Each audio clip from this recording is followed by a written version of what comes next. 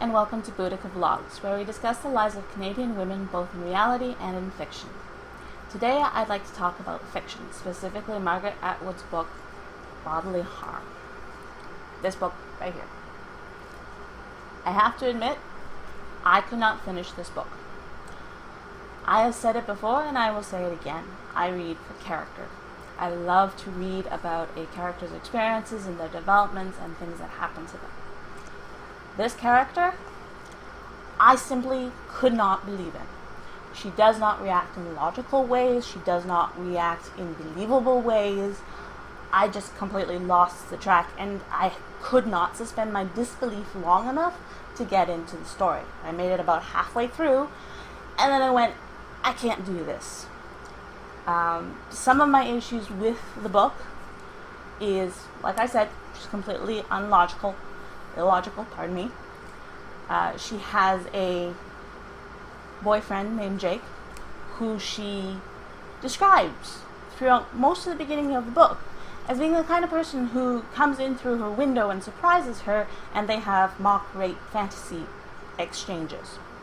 So she breaks up with him, and then comes home one day to find police officers in her apartment because someone had come into her apartment and left a coil of rope on the bed. This someone knew where she kept the Ovaltine and took the time to make himself a cup. I'm sorry, but when you are involved with someone who frequently breaks into your window and then you break up with him and he still, is involved about you, it's not illogical to assume he's going to try something like this again. Doesn't even enter her head. So then she runs all the way away to a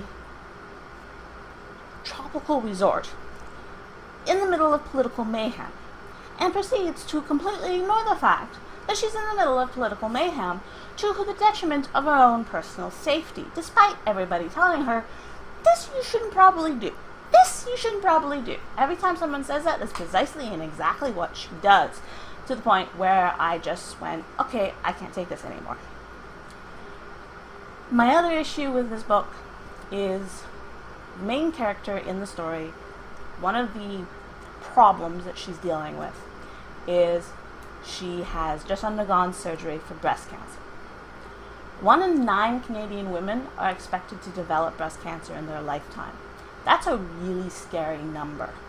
Granted, the number of deaths resulting from breast cancer are significantly less, but it's a huge issue. It's also a specifically female issue. This book, this character, spent the entire time talking about her developing romantic interest in her married doctor.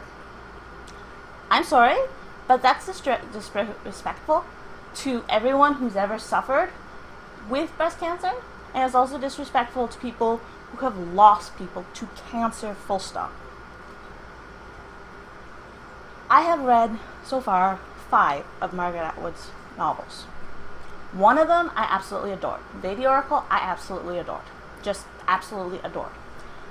But the rest, most of them suffer greatly from characters who I just cannot connect with. I spend so much time and effort trying to understand the way that these characters are reacting, I lose track of the story. So I have decided, after a great deal of personal struggle, to give up on pursuing reading all of Margaret Atwood's novels. I may at a later date read some of her specific novels, but right now I feel that Margaret Atwood and I are just 2 different planes of existence, and I think it would be best for me to give it a go for now. But that's just me.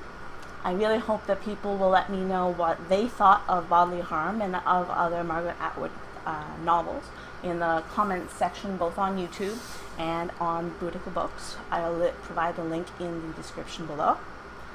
I hope you enjoyed this video. If you did, please click like. If you really liked it, please click subscribe. At any rate, I wish you happy reading, and remember, you're all beautiful.